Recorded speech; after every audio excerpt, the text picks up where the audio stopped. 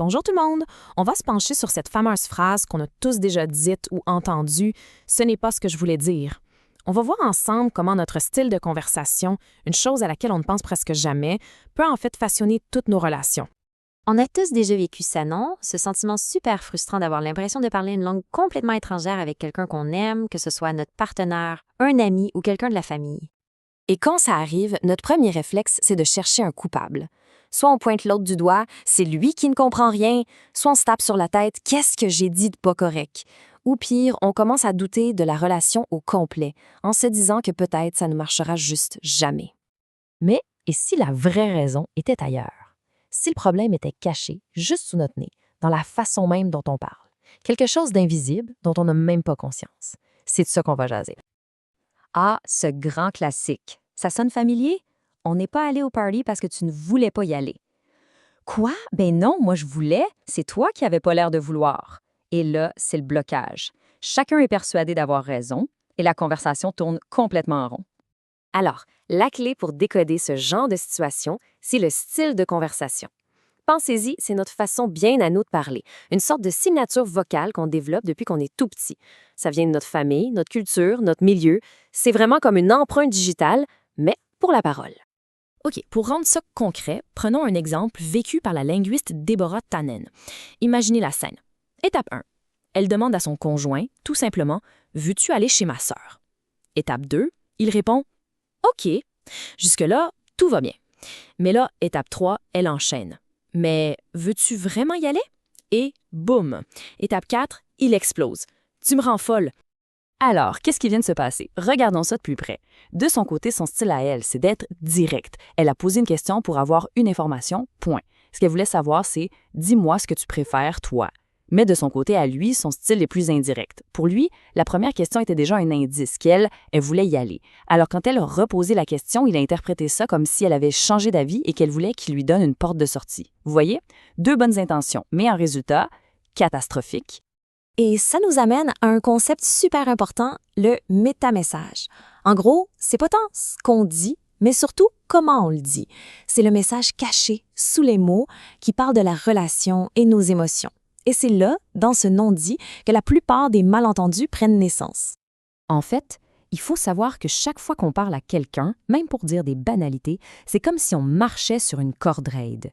On jongle constamment, sans s'en rendre compte, avec deux grands besoins humains qui s'opposent.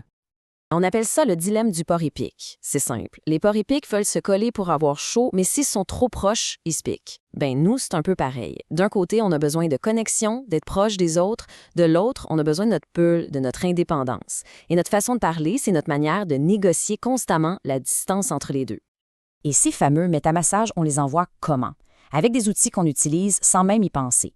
Le rythme de nos mots, la petite pause avant de répondre, le volume de notre voix, l'intonation si elle monte ou si elle descend. Pensez-y. Un simple « ouin » peut vouloir dire « oui, super »,« ouin, si tu veux » ou « ouin, lâche-moi ». Tout est dans la musique, pas juste dans les paroles. Bon, là on se dit sûrement « OK, mais si c'est si compliqué que ça, pourquoi est-ce qu'on ne dit pas simplement ce qu'on pense et puis c'est tout? » C'est la bonne question. Sauf que la réponse, elle n'est pas si simple. En fait, parler de façon indirecte, ça a deux gros avantages. Le premier, c'est la complicité. Ce sentiment génial quand l'autre personne comprend ce qu'on veut dire sans qu'on ait besoin de tout expliquer mot pour mot. Et le deuxième, c'est une sorte de protection. Ça nous donne une porte de sortie si notre idée est mal reçue, ça nous permet de ne pas perdre la face. Regardez cet exemple-là. Un père grec qui dit à sa fille « Si tu veux, tu peux y aller ». Ça sonne comme une permission, non? Mais dans leur culture, ce qu'il dit vraiment, c'est « Je ne suis pas d'accord, mais je ne vais pas te l'interdire ». Il n'est pas malhonnête, il communique son désaccord tout en laissant sa fille prendre sa décision. C'est un système qui fonctionne très bien à condition que tout le monde connaisse les règles du jeu. OK, alors on fait quoi avec tout ça? La solution, et c'est vraiment important, ce n'est pas d'essayer de changer qui on est. Ce n'est pas de se forcer à être plus direct ou moins direct. Oubliez ça. Ce serait comme demander à quelqu'un d'arrêter de parler sa langue maternelle du jour au lendemain. C'est impossible. La chose la plus importante à retenir, c'est ça. Le problème, ce n'est pas la personne, c'est le processus. Je le répète, ce n'est pas la personne, c'est le processus. Ce n'est pas une question de bonne ou de mauvaise volonté. C'est juste qu'on n'utilise pas le même mode d'emploi pour communiquer. La vraie clé, finalement, c'est juste d'en être conscient. Le simple fait de savoir que ces différents styles existent, ça change tout. Ça permet de remplacer le blâme par de la curiosité. Au lieu de se fâcher en se disant « Pourquoi il a dit ça?», on peut prendre un recul et se demander « Avec son style à lui, comment est-ce qu'il a pu interpréter ce que je viens de dire? » Ça devient un jeu de détective, pas un procès. Alors, la pensée avec laquelle on se quitte, c'est la suivante. Et si la prochaine chicane n'en était pas vraiment une?